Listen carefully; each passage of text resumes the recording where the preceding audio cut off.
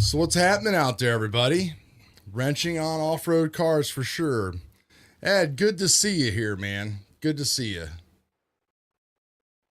Saw the comment that you left earlier today. Of course, I'm going to talk about it a little bit. I know you're a good guy, so not going to go and talk about all this bad stuff. But I do want to bring some of it up a little bit. Try to get my streaming screen set up here correctly on everything. How's everything sounding, guys? Computer might be a little slow and glitchy right now. I've got some massive heavy-duty astronomy processing going on in the background, so it should be over with here in like 5-10 minutes. Didn't think it was going to take this long to stack last night's data, but that's what is happening. So yeah, wrenching on the T6.2, getting things ready to go for Sunday, working on a new setup sheet, all that fun stuff.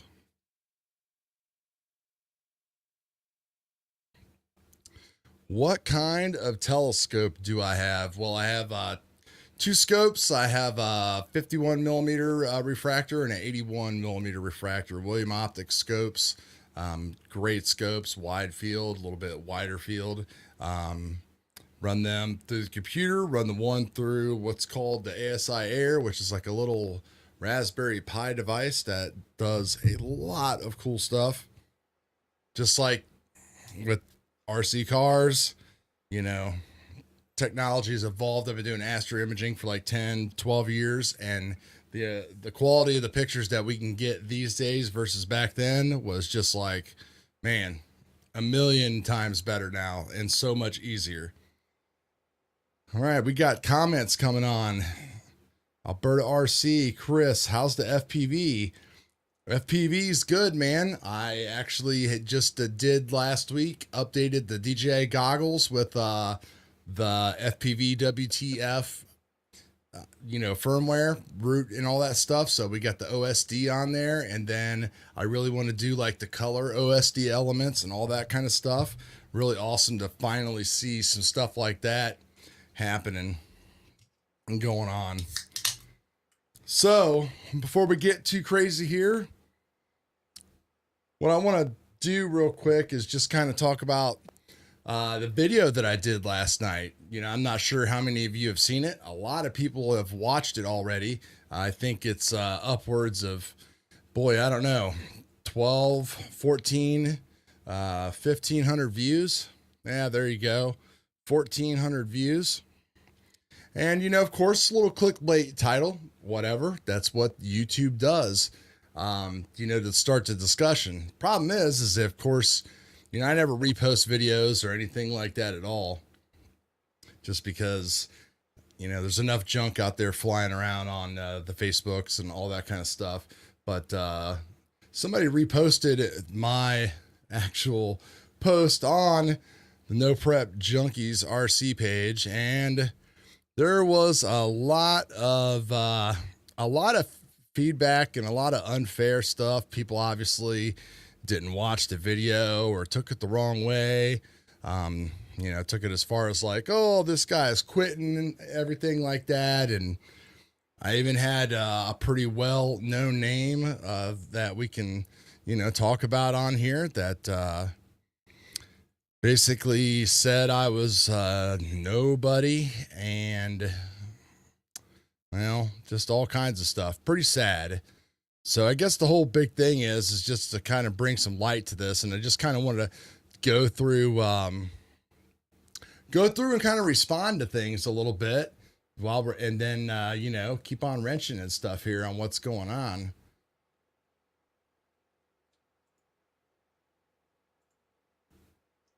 So I guess the biggest thing is, what do you guys think about that video? Did you watch that? Did I come off as a crybaby, or that I couldn't cut it? I mean, there was a lot of things that were said on there that was very, very crazy, if you ask me.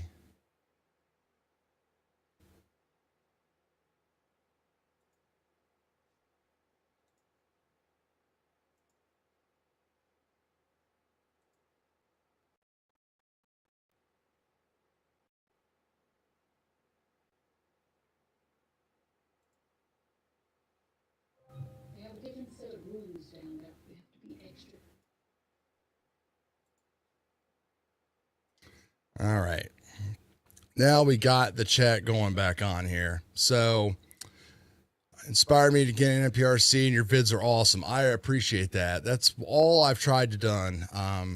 Let's see, people flying. Good job, Chris.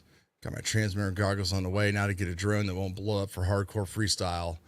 Good luck with that, man. It's all right. FPV stuff's came a long way too. Yeah, I'm trying not to get upset by the haters. That's for sure. You know, you do with YouTube, you got to have a thick skin.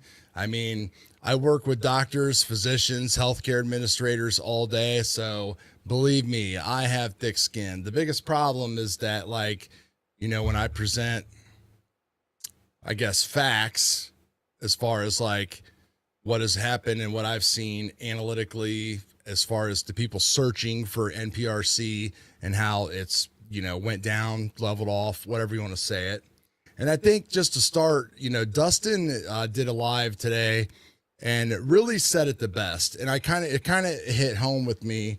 You know, we live in Ohio, a lot of poor country around here and stuff like that. A lot of great people, you know, but even in like your biggest, most richest cities with your biggest type of population, you know, it's kind of, I guess, naive to think that you can keep 15 to 20 people within, you know, a 30 to 45-minute radius to just keep spending hundreds and hundreds of dollars every month to do a hobby. I don't know. So I kind of get that. And he said that, you know, like, and I agree, you know, Outlaw will always have a place nationally. It's awesome. It's what we like to do. It's what we like to watch. But of course, at the lower level, he said it was just unsustainable. And I mean, that is what I have seen. Some areas and pockets, it's growing. It's never stopped. It's been going on. You know, people say it's been going on for 10 years. Well, it hasn't been going on for 10 years here. It went on for about 2.5. And it all started because people had cars slashes that they could cheaply convert and go outside and run. And then we all know the rest of the history and the story from there.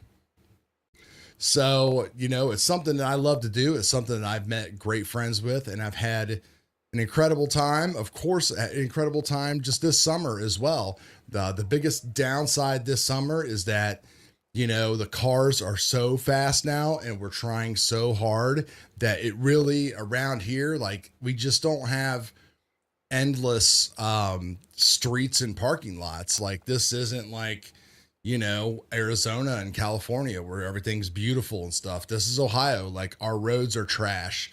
All of our industrial buildings, warehouses, and everything's that are abandoned, the parking lots are trash. You know, and when you have your $2,000 car, $1,500 car flying at 80, 85 miles per hour, you know, you don't want to wreck the thing every time. You want to have enough room for it to stop. You want to have a good surface for it to run on, because as we've learned, if you do not have the correct surface, you're just never going to be able to get to those speeds. And I've seen that with my Apollo that I sold to RC Jack. You know, the little corner of your G meter down in your GNSS, you know, you can see that like your G's might start at 0 or 1, or that magic 1.5. I don't even know if it goes if you can start it to. I'm sure you could, but you know, we struggled to get those 1s and those 1.5s. You know, and when we ripped off 1.7s, 1.8s, like, those were great runs for that surface for sure. I sell the car to him. He takes it out, and I don't think, you know, on his Texas roads, and I don't think that he's laid down a hit that has not been less than 80 miles per hour or started at less than like a 1.5 G. So there you go. Like, surface is king when it comes to all this stuff. So, but I guess the whole thing is just, you know, we all know that, like, it's just crazy out there. My biggest takeaway things that I wanted to get through in the video is, hey, this is where I'm at, and this is what I wish the hobby could do. I don't see anything wrong with asking for, cheaper stuff. We all want cheaper stuff, right? Like that would be great. It's so funny. I've seen a million posts, people bitching about Voodoo tires. I mentioned Voodoo tires in that video, and not one person responded about Voodoo tires. I mean, it's a legitimate question. It's blown up for 2 years. Why can't anybody make something that is competitive with them? I just don't understand it.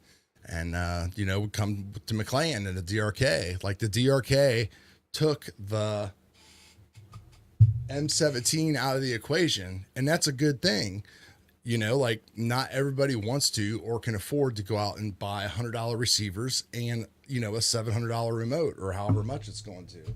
When I broke mine this year and I put the DRK into the DC1, I was able to go out with $100 Spectrum remote and run like 1.9s and 2.0s with, you know, a 3-turn motor, and it was pretty cool. It was a blast that I was able to just actually go and do that without that radio. Of course, I love the radio. I use it for all of this stuff right here, but you know, it shouldn't be like a necessity, and it kind of is. So without something really good to like control the hit and make it enjoyable.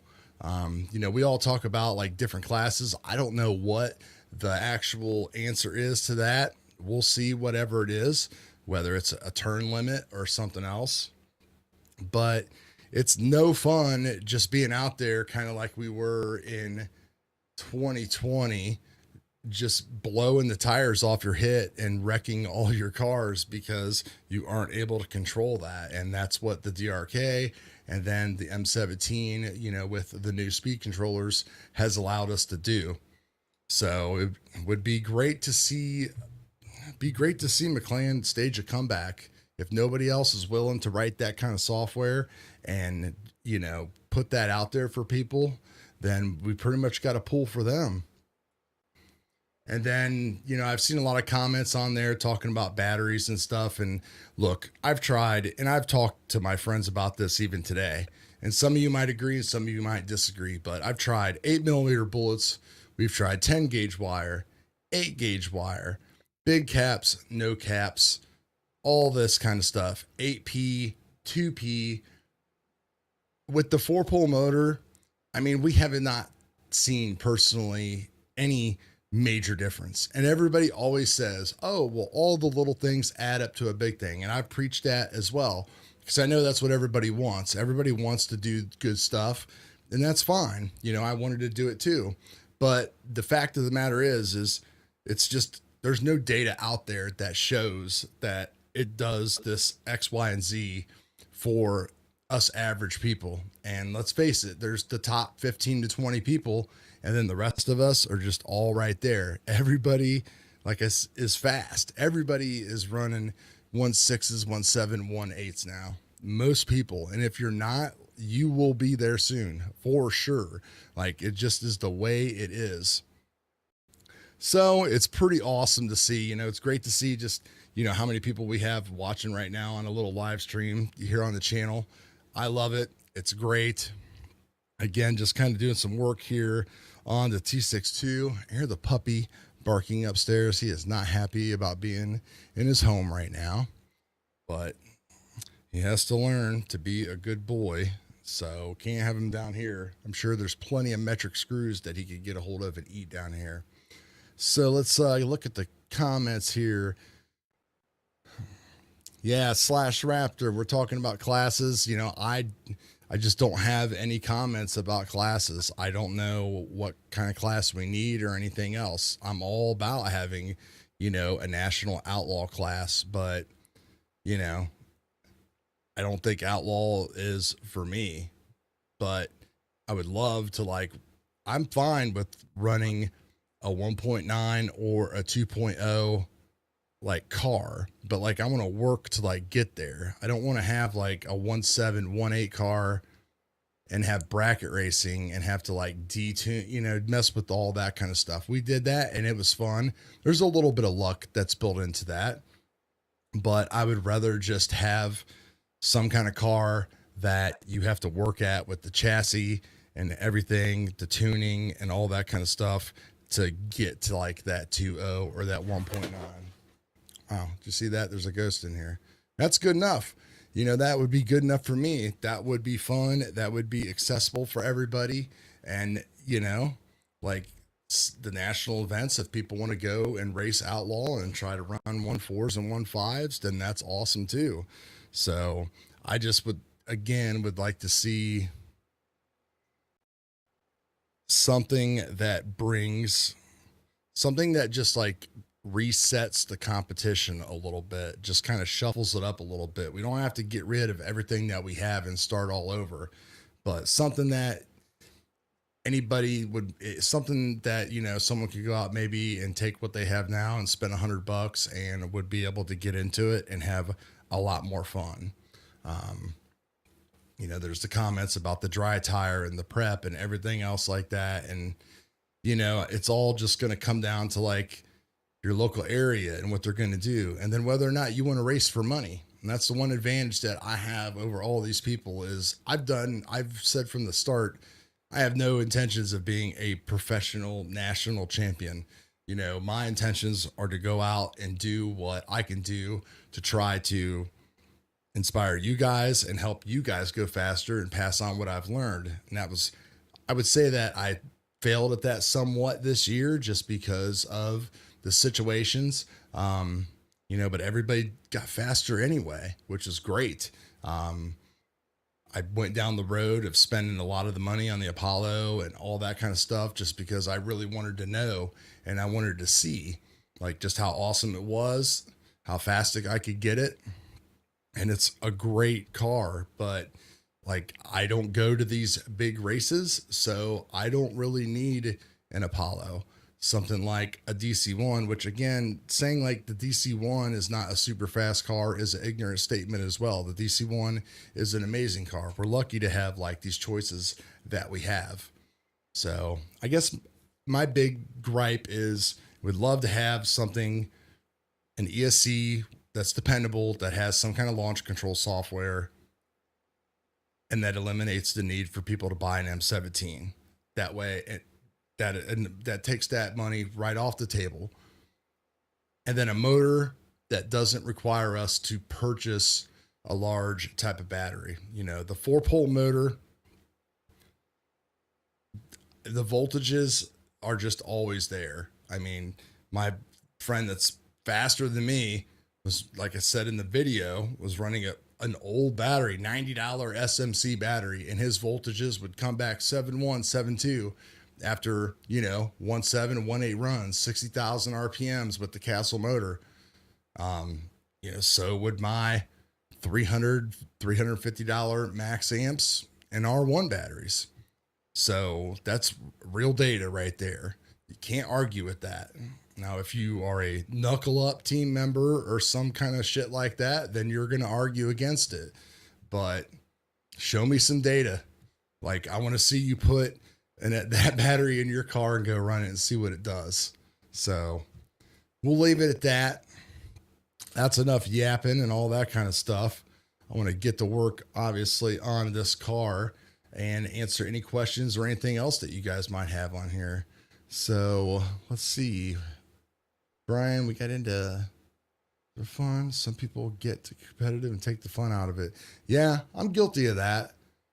You know, I put in a lot of time this year, a lot of nights. And I mean, the videos that I put out did not show how much time and effort that was put into it, for sure. I had a great time out there with everybody. We'll never deny that. But when it comes to what, you know, when it comes to the results, you just got to be willing to accept it. And then at some point, you got to just quit racing that GNSS. And that was another thing is, you know, it's way better to run on a timing system. And our timing system wasn't set up a lot this year because we just didn't have the crowds to justify setting it up or the space, you know, the location. You know, that's the big thing. So, yeah, Chris, I know about the Spectrum. That's great. I've heard it's hard to use and it's still a $350 radio. So we're halfway there. Now we just need to figure out how to get it down to the DX5 that I was using at $100 with the DRK. So Brian, it's up to each area. I mean, it sounds like right now every area is kind of doing their own thing, but I think that like a lot of these areas are looking for some kind of guidance and direction to kind of see where the program is going to go forward because, these people spend their own time, they dedicate their own money and everything else to put on events. Like how would you like to go and, deal with people every Saturday or Sunday on your day off? You're out there running a race for them. You're trying to have fun and they're complaining and this happens and that happens. Sometimes it's not fun. So, we've got some spam going on here. Got to report these people. Remove. Report. Man, they are everywhere now. Oof. And they've got multiple names. It's crazy. And I think YouTube gets mad at you if you don't report it. So we'll just keep on getting rid of them. You just get blasted with three different names, all about the same. Best adult site. Yeah, that's misinformation for sure.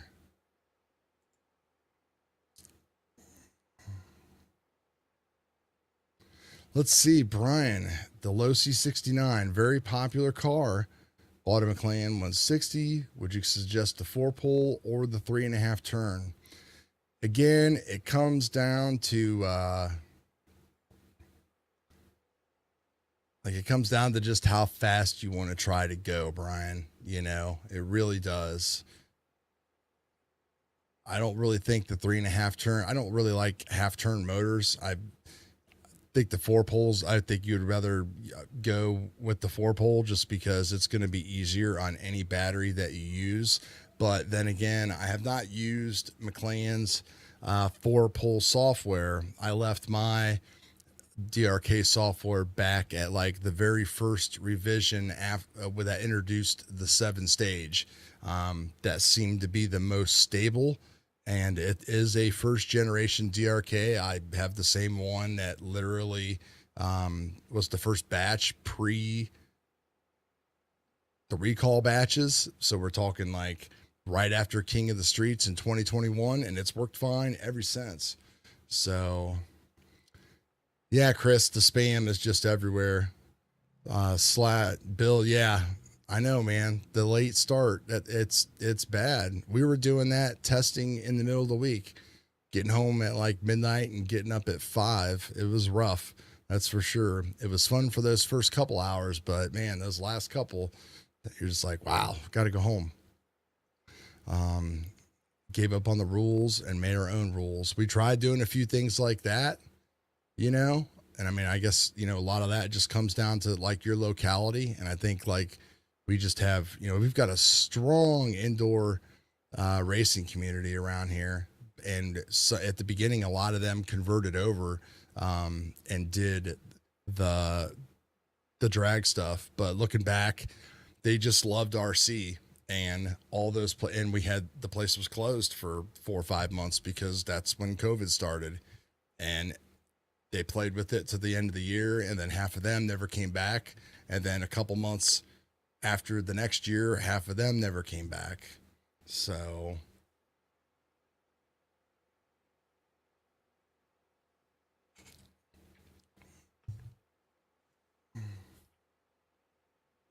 yeah, Mike, Texas is like a hotbed, super hotbed. It's great. I mean, you guys have great weather all year round. I know it gets hot down there, obviously, during the summertime, so you guys can just go down there and rip all the time and have fun. Freaking just awesome. Yeah, and like Chris said, you just go with the 4-pole. Go with anyone that you can find, the Castle, the R1. Mark, where can you get the classes? If you just do a Google search for 2022 NPRC rules, you'll see like the whole breakdown of the Outlaw, and then I think the 17.5 class that they made, that I've never seen one event in 17.5. So again, don't know. I have no idea how to fix that, if you even, can. So, but I would like, I'm on board with pretty much what Dustin said, which is, some kind of like 10 and a half turn motor, something around there, that like you got to work at to get to that 2 second, 1.9 second mark. But like the flip side, like you said, is that the people that are fast and Outlaw at 1.4 are still going to be the fastest at 1.9, 1.2, with the different motor, because they just know how to do this stuff and how everything works. So, but that's fine, because you'll be right there behind them. They can't like gap you so much, I guess. So, but I mean, from my standpoint, it's not about that it's hard to do, that people are tired of putting in the work or don't want to put in the work, or all this other things, catchphrases that people like to say. I think right now what I just see is just the actual, there's nothing really exciting that's coming out right now. There's no really new exciting products. The 2023 Apollo launch was probably the last exciting thing that we did. The 4-pole motors that all came out, like, everybody, just the excitement never could build, because everybody was just waiting to get them constantly. And, there's no new software that we know of that's being teased or in development.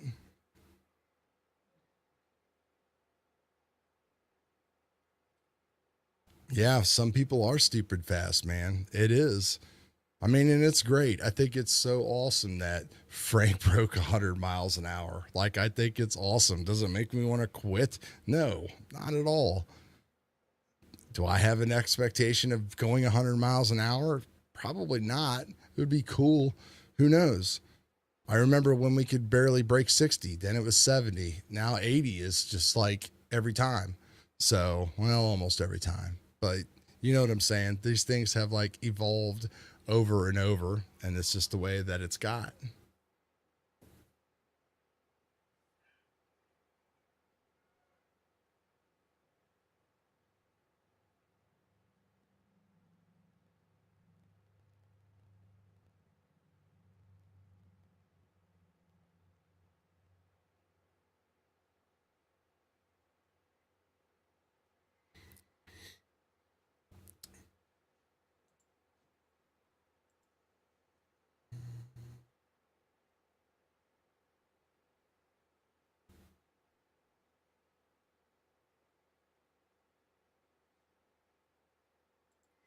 Yeah, and if you guys, if you really want to, do me a solid, like, go on here and comment on this post, you know, let these people know that, watch the video, form your own opinion. I'm not trying to talk anybody into doing anything, but, I disagree with a lot of these comments, and I don't think I said anything on there that I haven't said tonight. So, if you're down with that, go on there, make a comment. And when you see that one comment on there, you can let that person know that, you know, Chad is a cool dude and he's helped you, or you like him, or whatever. So, just don't like it when people try to tear down stuff that you work hard to build. That's for sure. So we got a great community here that keeps fluctuating and changes. I see a lot of new names. I see some old names. You'd be happy running 2.5. You'll get there, Brian, for sure. It is the most toxic group that's on there, for sure. Yeah, I don't understand. It's the biggest, that's for sure.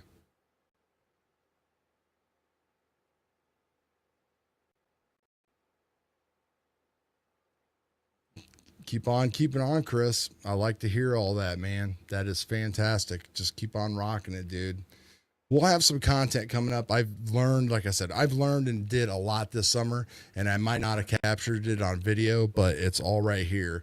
And I know a lot of the guys that might be beginners and stuff. There's things that I did over the past couple of years, that videos like things like tire balancing, tuning. There's pretty much a lot of tuning and stuff like out there, but the tire balancing, the basic stuffs like that, those kind of things are, important stuff that I think that I've been able to improve upon. And we can go over a lot of those topics again to just kind of show you guys like what you would do today and now.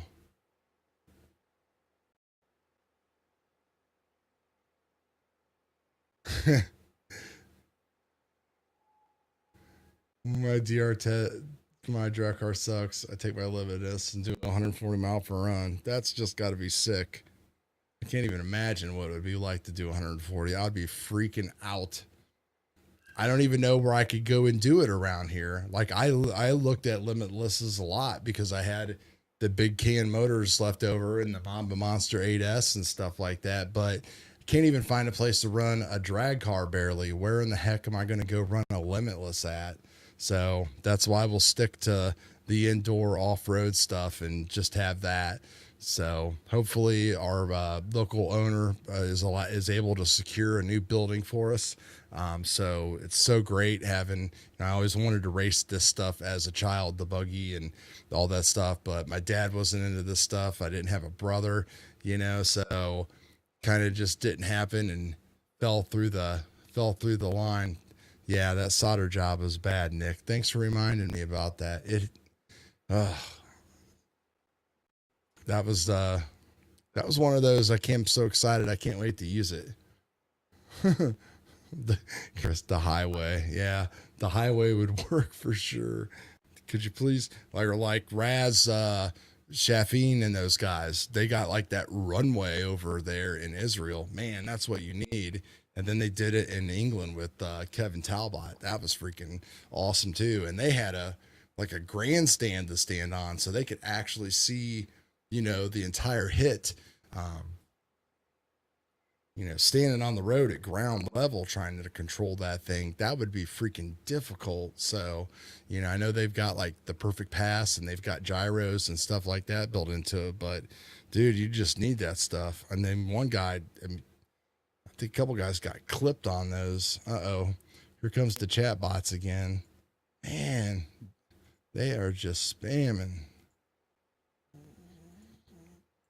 Oh, that's pretty annoying. That's for sure. Never had to do this before.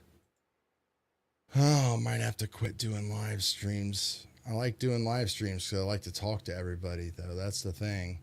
So I know some of the bigger people have like moderators and stuff, but obviously we're not that big. I can sit here and click through that stuff and not miss 100 comments. So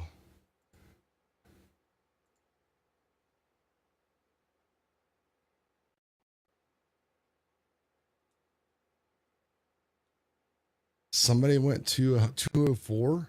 Whoa. That, man.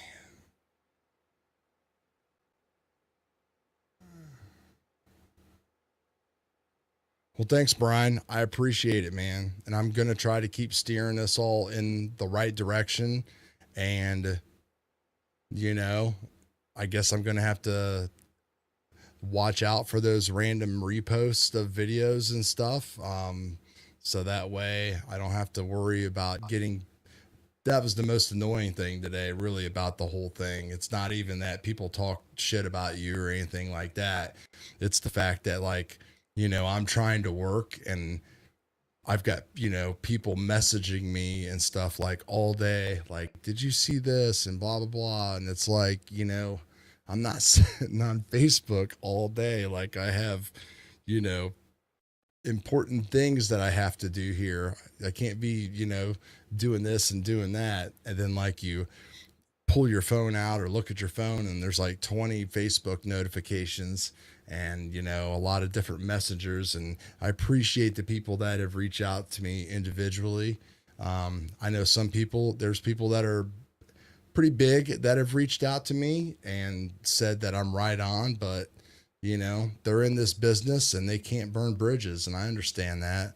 So I guess that's just kind of like where we're at with all that, but I appreciate those people that did that for sure. So we're gonna cut this one off. Like, we didn't do much wrenching, doing a lot of talking and stuff. I hear the dog barking. I feel so bad for him. Love my boy, 6 months old, freaking just American Bulldog. Name's Coda. He is my boy, that is for sure. I wish I could. Do I have a picture of him here to show you? Of course I do. I'm a proud father. Proud dog father. I guess I should check on my telescopes too and see what's going on with all that stuff. The worst part about it is, you know, the photos from the hurricane are literally, the clouds from the hurricane, the photos are literally just clipping where I'm at right now. So can't do any astrophotography right now. So I'm doing some darks and just playing with stuff. Oh, there's a picture of him. He doesn't look very big and menacing in that picture. So we took him to his obedience school evaluation last night. He's grown a lot and done a lot, but trying to make sure he can be the best dog ever. So there we go. There's a better picture of him. I was on his way to the vet to get fixed. What do you think of that? He didn't look like that on the way home. He looked a little bit sadder and a little bit more tired.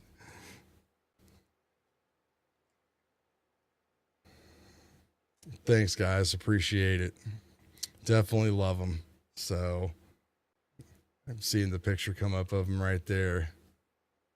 He's a good dog, that's for sure. He's turned out, I was always scared to have like a runner. I didn't want a dog that would like run, especially since we had lived like, you know, a couple, you know, 70, 80 yards from a state highway. Luckily he's very, I don't know if you could say clingy or independent or whatever, dependent on us or whatever, but he likes to stay close to us, which is just freaking amazing. Plus, since he's got that short snout, he's only good for like short bursts, and then he gets tired and has to like lay down. I mean, I can imagine what he's going to be like whenever his underbite keeps getting and things keep on changing. So, Chris, yeah, maybe that's what you do. You limit the batteries, you limit the motor, you know, I don't know. Dustin also said just something that like is easy to tech. I think that's why he said like we need Castle to come out with like, you know, he didn't specifically say what kind of motor, but he mentioned Castle because they're not really super like sponsor people and stuff like that in here. Maybe there's like one guy he thought or somebody brought up, but you know, they just make like a couple products. They're not like heavily, they've got more, you know, they're into everything, planes, boats, they can do whatever. So, you know, somebody like them come in and, you know, make a motor that will do what we need to do, like half the RPM, like 30,000, 40,000 RPM, something like that, you know, not the 63K, just to bring everything down a notch. So that's going to do it, guys. I appreciate and love every one of you. Thanks for stopping by. Keep an eye out for some good looking content. We're going to be doing some indoor stuff, of course. Hope you guys stick around for that. And we'll be talking a lot of drag stuff. We'll be keeping an eye on all the good stuff, not all the drama. So big shout out to Smashy for his tuning service. Put that on that car and it is kicking ass. So, you know, if you guys are struggling and you want to be a great outlaw, give William Squishy Racing a buzz and he can hook you up. And, you know, a big shout out to the R1 people for providing me with the DC1. You know, they're taking a stab. They're trying to like make things cheaper. You know, I'm not like a sponsored team driver or nothing. They really wanted to get that car out and, You know, it's down to like about 600 bucks, and it's going to be all the car that you need. And if you want it to go faster, or you want to build it lighter or whatever, they are putting a lot of cool stuff into it. So, and if that's not your thing, then you can't go wrong with the 2023 Apollo either. So obviously have showed that thing is awesome and it is beautiful.